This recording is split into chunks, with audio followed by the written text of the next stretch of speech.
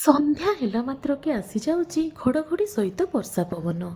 Hello high friend, ଜୟ ଜଗନ୍ନାଥ।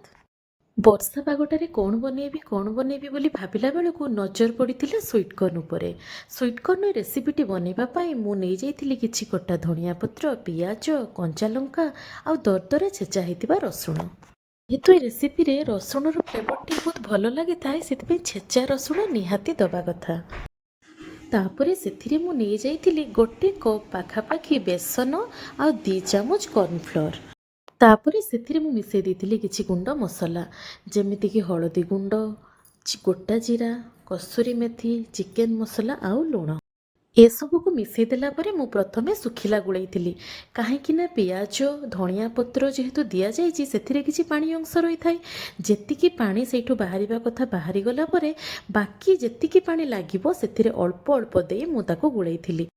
ଏଇଟା କିଛି ଏଇଭଳି ଗୋଳାଯିବ। ଦେଖନ୍ତୁ, ମୁଁ ଦେଖେଇ ଦେଉଛି, ୟାର ଗୋଳାଣିଆଟା ଟିକେ ଡ୍ରାଏ ରହିବ। ତାପରେ କଡ଼େଇରେ ତେଲ ଗରମ କରି ସେଥିରୁ ମୁଁ ହାତରେ ନେଇ, ବେଶୀ ବଡ଼ ନୁହେଁ କି ଛୋଟ ନୁହେଁ, ମିଡ଼ିୟମ୍ କରି ପକୁଡ଼ି ଭଳିଆ ତାକୁ ମୁଁ ଛାଣି ଦେଇଥିଲି। ଏଇଟା ଗୋଟେ ବହୁତ ଇଜି ରେସିପି।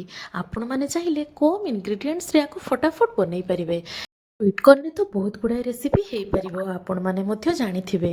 କିନ୍ତୁ ବର୍ଷା ପାଗରେ ସୁଇଟ୍ କର୍ଣ୍ଣକୁ ଏମିତି ବନେଇ ଖାଇବାର ମଜା କିଛି ଅଲଗା। ତାପରେ ସେଗୁଡ଼ିକୁ ମୁଁ ଟିକେ ଅଲ୍ଟପାଲ୍ଟ କରିଦେଇ ଗୋଲ୍ଡେନ୍ ବ୍ରାଉନ୍ ହେଲା ପରେ ମୁଁ ପ୍ଲେଟ୍କୁ କାଢ଼ି ଆଣୁଛି।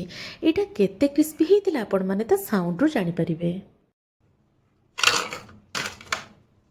ଏବେ ପ୍ରସ୍ତୁତ ହେଇଗଲା ମୋର ସୁଇଟ୍ କର୍ଣ୍ଣ ପକୁଡ଼ି। ଚାଲନ୍ତୁ ଟେଷ୍ଟ କରେଇବା ଆଉ ପଚାରିକି ବୁଝିବା କେମିତି ଲାଗୁଛି। ଖାଇକି କୁହ କେମିତି ଲାଗୁଛି।